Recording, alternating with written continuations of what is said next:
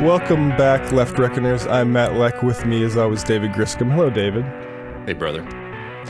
And joining us today for this episode covering Europe, particularly France, is Cole Stangler. He's a journalist based in Marseille, France, contributor to The Nation, Jacobin, and France 24, and his work is many other places, including the book Paris is Not Dead, which I want to ask you about a little bit at the end.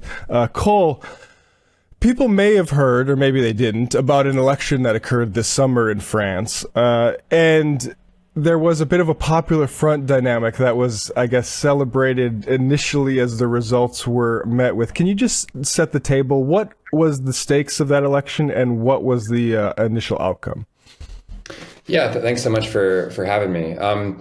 So that election you're referring to was held so it's a two-round legislative election in late June and early July. This is a result of really going back to the European elections that again took place across the European Union to elect members of parliament to the European Parliament. And in those elections, as expected, the far-right National Rally did very well in those European elections. And so Macron, the president of France, kind of surprises everyone as those results come in and says that he's dissolving the National Assembly, which is the most important body of parliament in France, in response to those EU election results. And again, this was a huge shock, I think, for a lot of people across France this summer. So that sets the stage for these two-round legislative elections.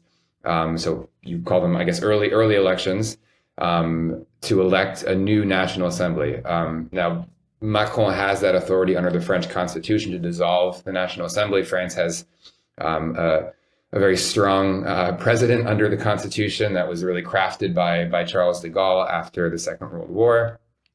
Going back to 1958, so the Fifth Republic. And so Macron dissolves the National Assembly, and you have the elections that are coming up. And I think a lot of people were very, very concerned about the possibility of the far right actually winning a majority in the National Assembly. And again, we can go into all the different scenarios here, but I think there's quite a compelling case to be made at this point that Macron was perhaps okay with having the far right maybe win power because he saw it potentially as a way to sort of tarnish its image by having it govern right now, as opposed to actually winning the presidency later on. In any case, people are wondering why on earth call for these elections. So people are very concerned about the far right potentially winning a majority. As a result, like you said, early on, you have what's called the New Popular Front that emerges, which is a reference to the Popular Front of the 1930s that emerges in response to a growing fascist threat. In France in the 30s, it was the communists and the socialists, that two forces that at that point really despised each other. But also, this alliance was helped by a change in the official policy from the Soviet Union, of course. In any case, the New Popular Front, so referencing this Popular Front from the 30s, so against the kind of rising fascist threat in France, and it's kind of was also a kind of surprise too. All the tensions that exist between left-wing parties, it was remarkable that they kind of put their differences aside. This coalition includes everyone from La France Insoumise, the party of Jean-Luc Mélenchon, who's run for president 3 times, came very close to winning, getting a spot in the second round in the last election. So it includes La France Insoumise, includes the Socialist Party, it includes the Communist Party, which, believe it or not, still exists in France, and the Greens. So these 4 parties come together. And what happens is after the first round, the National Front is in the lead, it looks like, and you have kind of an emergency rebirth of what's called the Republican Front in France, which is this tradition of parties across the political spectrum allying with one another de facto to block the far right from winning. A lot of people thought that was dead, and I have to confess, I maybe was a little bit surprised too at how quickly even people in Macron's party decided to drop out and support the left against the far right. But you know that did happen, and it's important to recognize it. Now, President Macron himself played, I think, a very minimal role in the Republican Front. It was more his prime minister and people within his party who basically said, this is serious, we can't let the far right actually win. Macron himself was quite reserved and kind of took a step back and did shockingly little. if his goal was actually to block the far right from winning. So that's why I kind of put Macron in a separate category. We could analyze him for God knows for how long, but you have his party in any case, his supporters mobilized to block the far right from winning. What happens? Well, after that second round of voting, the New Popular Front actually has more seats than any other party. No one has an absolute majority. So no one has the ability to, so 289 seats is what you need to have a majority of the 577 in the National Assembly. No one reaches that 290 seat threshold. You have three big camps, but the New Popular Front, the left-wing party, has more seats than anyone else. So the New Popular Front comes in first, followed by Macron's coalition, then followed by the National Rally. They're all very close, but the New Popular Front is in first. And so then the question becomes, I know this is a long windup, but it's kind of important to present this, I think, especially for people who aren't familiar with the intricacies of the French political system. And even for French people, this scenario is kind of very complex and odd. So you get to the summer after the elections, the New Popular Front has more seats than anyone else, but they don't have a majority. So what happens? France has never had a situation like this, where you have in the Fifth Republic, where you have a president of one party, and then you have an unclear situation in Parliament where no party has a majority. We've had situations of what's called cohabitation, so having a prime minister and a president of different parties, meaning a National Assembly that has a majority that's not the same, that's not aligned with the president. We've had that happen 3 times, cohabitation. The difference this time is that there is no clear majority. So no one has a majority to even impose themselves against Macron. So that it's very unprecedented. So after the elections, the New Popular Front says, we have the most seats, let us form a government. Maybe it's not going to succeed. Maybe it'll last for a little bit. We have to make some compromises at some point, but give us the chance. And that's, the way it would work in a lot of parliamentary systems, right? That have these traditions of power sharing. The president says, okay, I'll let you try to form a government. And maybe it doesn't work. That was the case that the left-wing parties were making. They had a candidate in waiting, a prime minister in waiting they put forward. And ultimately, Macron refused to name that prime minister. Macron spent, I think, in a total of, I think it was 51 days, if I'm not mistaken, without naming a prime minister, the longest such period in the history of the Fifth Republic or the Fourth Republic. And Cole, sorry, just to, and that's a power of the president is to name the prime minister, and then it would be voted on by the government. So it's the president. Excuse me. Yes, you're right. Thanks for interrupting me there, because I'm going through a lot of steps here. But yes, the the president has the authority in the French Constitution, the obligation to name a prime minister. So Macron needed to name a prime minister under the French Constitution. Now, it didn't say how long he needed to take to do it. Didn't say what party he had to do it with. Again, this is now this kind of blind spot, if you will, the French Constitution. No one thought of this scenario. De Gaulle did not have this scenario in mind. I guess he thought, Parliament would always agree with the kind of strongman president. Literally, it's not imagined. So 51 days to finally name a prime minister. Macron says, I'm not going to name one from the left. The left complains, but Macron says, basically, too bad. I can essentially do what I want.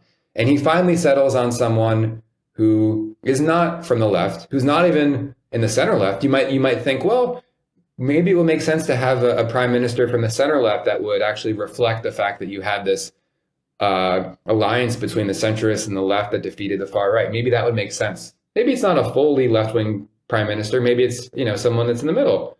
He doesn't even do that. What does Macron decide to do? He decides, I'm actually going to name a prime minister that's well to the right, that's going to actually appeal to the far right. Because again, the equation is, how do you get a government that's going to survive a motion of no confidence in the parliament? How do you find someone who's going to be sufficiently inoffensive to at least half of the National Assembly? One way to do that, again, is to go to the left. Another way to do it, and that's Macron's approach, was to say, actually, I'm going to go to the right, if not the far right. And so now we get up to where we are today, which is the naming of Prime Minister Michel Barnier, who is a 73-year-old kind of dinosaur of French politics, who is a former minister under right-wing governments, known as the Brexit negotiator for the European Union, very conservative politician. And Barnier named his government recently, and it's one of the most conservative, if not the most conservative government in the history of the Fifth Republic. And we could talk a little bit more about that. But that's kind of where we're at today. We have this very conservative new government that, again, it seems very odd if you've been participating in French democracy. You've been through this extremely chaotic summer where you're trying to deny the far right from winning. And now all of a sudden we have a prime minister who's like a political veteran from the right. It just doesn't really seem to add up, even if it's constitutionally allowed. Yeah, can you, if you want to go somewhere else, David, but can you just characterize the French far right for us a little bit so people get a little bit of a taste of what's going on? I imagine there's a lot of anti-immigrant stuff animating it. What else is there, and how does Barnier fit in with it? Yeah, that's a good question. I think, I'm also working on a book project right now in French that I'm writing. So I'm thinking a lot about trying to compare the Trumpist right and the National Rally, the far right party led by Marine Le Pen, who's been around in French politics for years. Of course, her father was the founder of the party. I think a good way of thinking about them, and it's very similar, I think, to what's happened with the Republican Party in the U.S. too, is that you have, to me, it's kind of other people would frame it differently, but to me, I like to think about the sort of bread and butter is really you have the nativism, right, that you see also in the Republican Party in the U.S., and you have, what I would call a real authoritarian kind of edge. It's these two things. It's nativism, meaning opposition to immigration is really the core of the National Rally's identity. In the past, that was more, let's say, overtly racist. I wouldn't say they're not racist today, but in the past, it was much more out in the open. Jean-Marie Le Pen, the founder of the party, famously made jokes about the Holocaust denier. It says overtly, just outrageous, horrible, racist things about immigrants, especially from North Africa. They've toned down the extreme, explicit racism, but what they've conserved is the core opposition to immigration is really the core of their political identity. It's the thing that unites everything else. So to give you some concrete examples, they want to get rid of birthright citizenship in France. France, like the United States, it's a little bit more restricted, but it still exists. If you're born on French soil to two foreign parents, you can get French nationality. The National Rally wants to get rid of birthright citizenship. During the election campaign, they talked about denying jobs in France to dual nationals, so certain types of jobs. They talk about their big thing is national priority, so meaning or national preference, excuse me. That means cutting off access to certain social programs if you're not French. They talk about deporting lots of undocumented immigrants. So obviously they're obsessed with immigration because for them, it kind of allows them to talk about other issues. All the issues come down to, in their political vision, to there are too many immigrants. They're driving up social spending. They're changing the culture, et cetera, et cetera. And that's, frankly, like the U.S. Republican Party is more and more in line with that too. It's a far right nativist kind of European party, I think, and then the authoritarianism too. But maybe I'll stop there for now. Well, but I did want to ask, because I think for my understanding, Marine Le Pen has sort of put a softer edge on that movement. It's a party that wants to present itself as a party that's interested in governing. I have two questions. Maybe the first one I want to ask is that I think one thing that's kind of notable about French politics from an outsider is that there's a lot of kind of personal party politics in the sense that I can't, in the same way that in a lot of ways the Republican Party now is so associated with Trump, it's hard to separate a National Rally from Marine Le Pen. But I think one thing that might be a difference, I'm curious your perspective on this, is the capacity of a party like National Rally to actually govern if it were to come into power, in the sense that does it have people in waiting, to take over certain ministries and certain parts of government?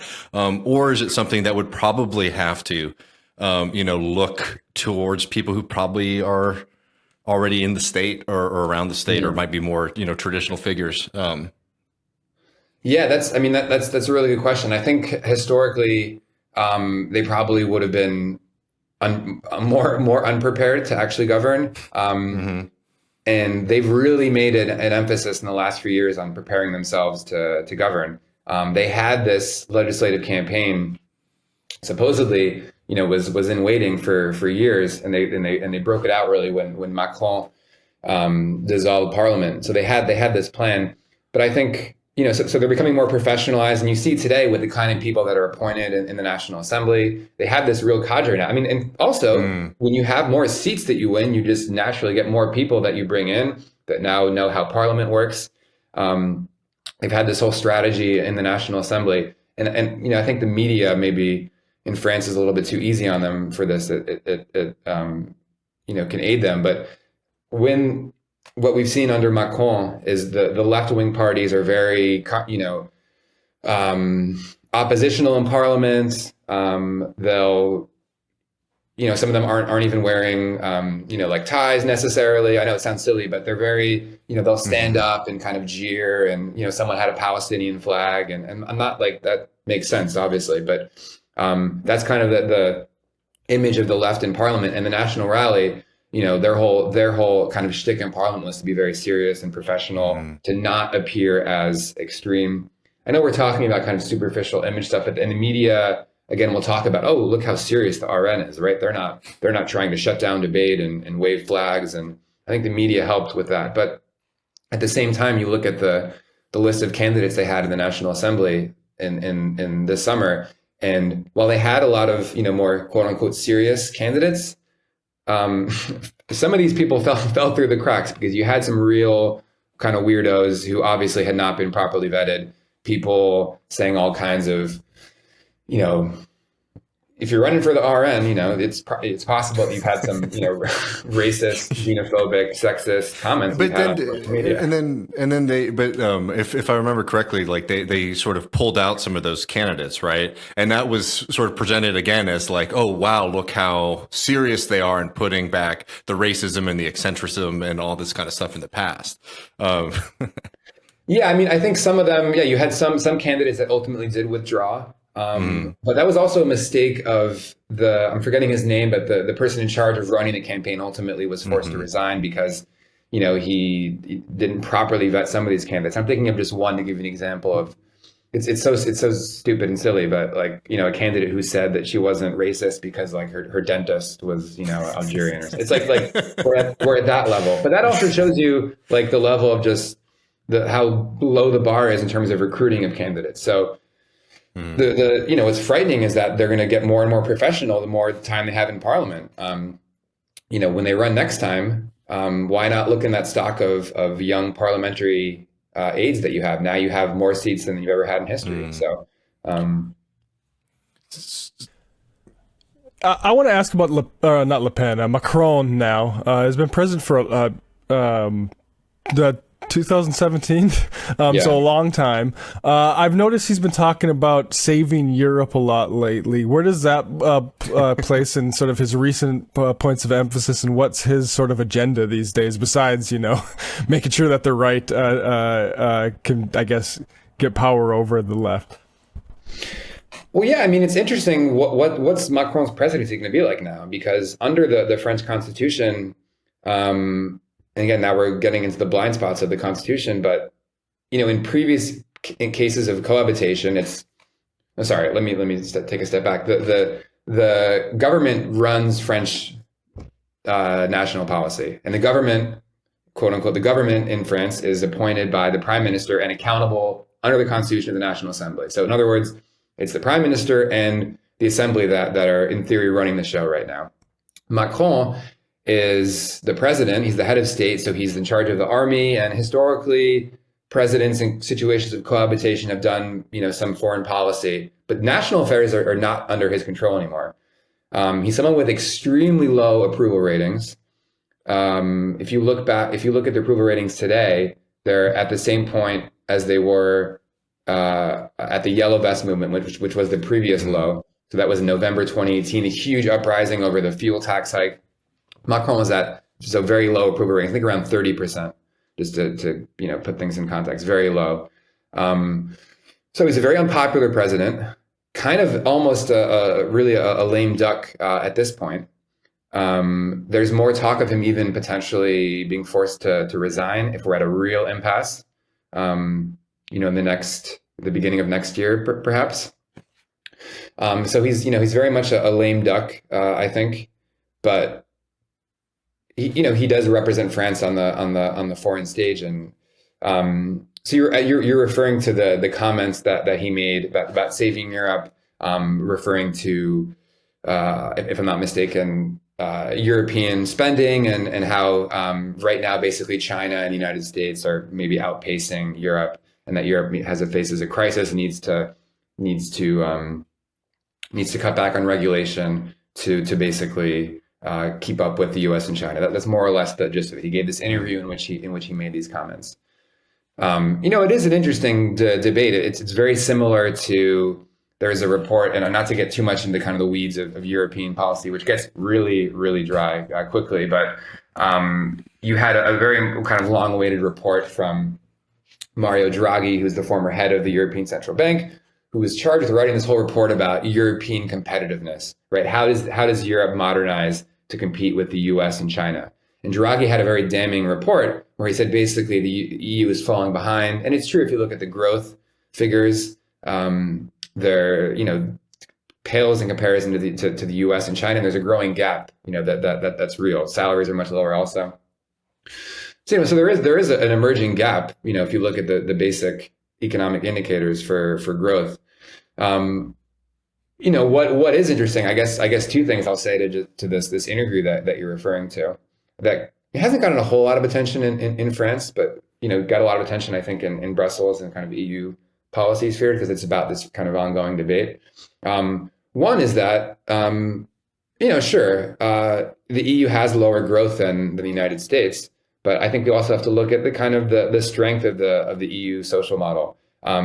If you're a working class person, or lower middle class person, you have a better standard of living in the United States or living in France, where you have a safety net. I know this is a basic point, but it's just important to emphasize over and over again, is that, great, in the US you can have maybe your salary is higher, but how much of that is going to pay for health insurance? It's when you tell Europeans the amount of money that Americans spend on health insurance, they find it baffling. You don't have any paid vacation time. You don't have public transit that's funded for you. So, these are just important things that are always important to stress, because yes, okay, yeah, you have, maybe the growth figures aren't as impressive, but what about just your standard of living? And I think there's one figure that to measure the real health of a society, that you just can't, there's no way to run from it, I think, which is life expectancy.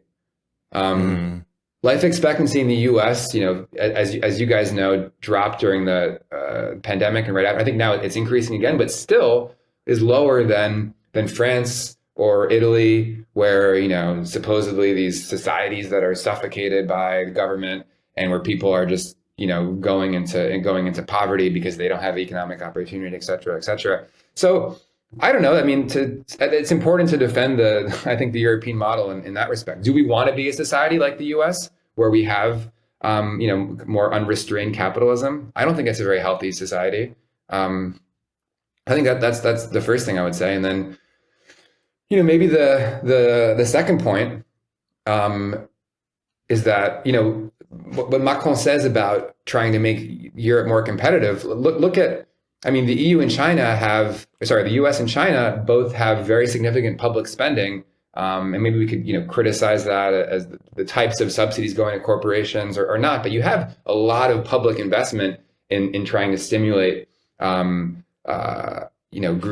energy, in supporting the tech sector. You have a lot of public spending. And the EU historically has been reluctant to engage in that kind of public spending. So we have, by the way, restrictions on how much governments can spend, on the kind of deficits that they can run. There's a rule that limits governments from having 3% of their budget deficits exceed 3% of GDP. They can't have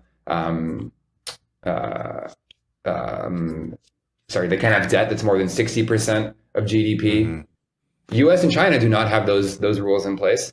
So also, if you're going to take the approach of the EU needs to catch up to the U.S. and China, well, then maybe we should loosen some of these kind of restrictions on public spending. So it's sort of they kind of want to have it both ways, and that seems a little odd to me.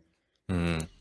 Yeah, I like those 2 points of emphasis because the thing about growth, I've been hearing about similar things about Germany and the energy prices and what that's doing to their manufacturing and stuff. But at the same time, I remember I was in Paris probably about 6 years ago, and somebody had food poisoning and had an entire overnight stay at a hospital, and we were about ready to leave and waiting for a bill, and they're like, "No, you're good. You can just go." And I thought that was the most amazing thing I've experienced in civilization, frankly. So yeah, I hope the far right doesn't go after that. Cole, you have a book that came out about a year ago. Paris is Not Dead. Talk a little bit to us about that. I want to read that. Yeah, it was a book that I think. The way I tell people is that I think it was, two things really trying to illustrate this tension of Paris. It's a city that is suffering from gentrification, like so many of our other great cities around the world. So increased rent prices, displacement, suffering from gentrification. But at the same time, there's a real part of the city that I think is resisting that trend, thanks in large part to government policies, intervention, and also in the book, it's partly political, but it's also in a lot of respects a kind of celebration of these parts of working class Paris that are still around, that still exist, that are kind of let's say resisting the tide of gentrification. So it's not like I get a little bit into policy, but it's not meant as a boring kind of policy book. It's really, in many ways, I interview a lot of people, talk to the kind of characters in these neighborhoods, and try to celebrate this kind of what's great about working class Paris, what still exists of it, and it still is there. You still see it. It exists politically, culturally. Look at the map of the recent elections, and you see the whole northeast of Paris that continues to vote, for the left, going back to the Paris Commune. Really, I could go on and on, but I think that's a very quick kind of introduction to the book.